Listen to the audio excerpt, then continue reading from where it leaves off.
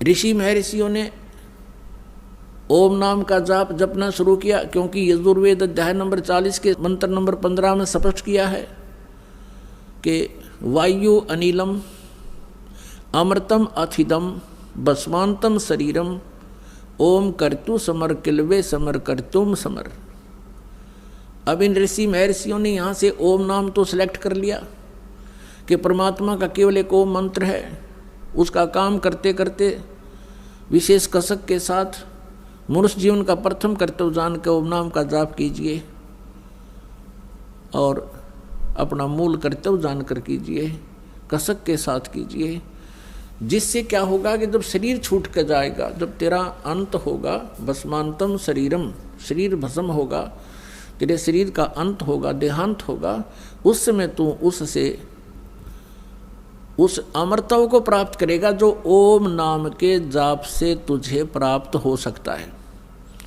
वो कितना हो सकता है उसकी भक्ति और साधना पर डिपेंड करता है। तो उसके आधार से वो हो सकता है एक कल्प युग तक भी रह सकता है, हो सकता है एक महाकल्प तक भी रह सकता है। महाकल्प होता है ब्रह्मा जी की एक आयु, ब्रह्मा जी की मृत्यु को महाकल्प कहते हैं। और 1000 जो उसका दिन है, 1000 की रात्रि, इसको कल्प बोलते हैं। 1000 चतुर्युग की जो, और इतने ही का दिन इतनी ही रात्रि, तो इसको एक कल्प बोलते हैं। और ब्रह्मा जी की आयु को एक महाकल्प कहते हैं। तो वहाँ जितने जिसने साधना की है, ओम नाम के जाप का जितने अधिक मंत्र किए हैं, कोई कम किए हैं, तो उसी आधार से कोई कितने वर्ष तक, कोई कितने वर्ष तक रह करके फिर पुनर्जन्म में अवश्य आते हैं।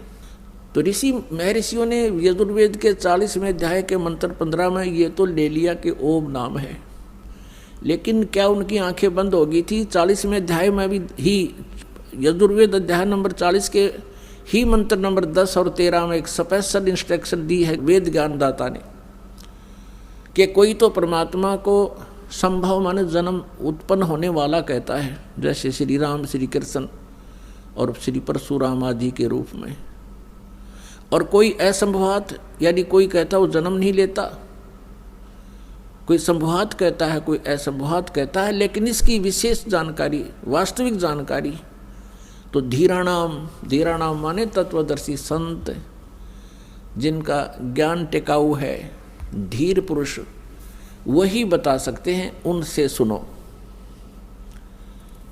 तो इससे सिद्ध है कि वेद ज्ञान भी इनकम्प्लीट है, लेकिन गलत नहीं है।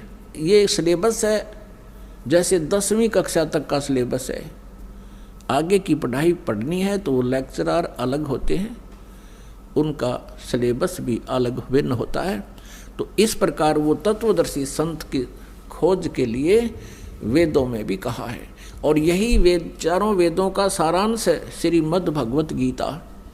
अध्याय नंबर 4 के श्लोक नंबर 34 में कहा है कि जिस तत्व ज्ञान के विषय में मैं अपरिचित हूँ, गीता ज्ञानदाता कहते हैं, जिसके विषय में चौथे अध्याय के 32वें श्लोक में बताया है कि वो सच्चिदानंद घन ब्रह्म की वाणी में ब्रह्मणे मुखे, जो परमेश्वर की वाणी है, उनके मुखारविंद से उच्चरित वाणी है, वो उसमें जो ज्ञान है कबीर वाणी में, वो तत्व ज्ञान है।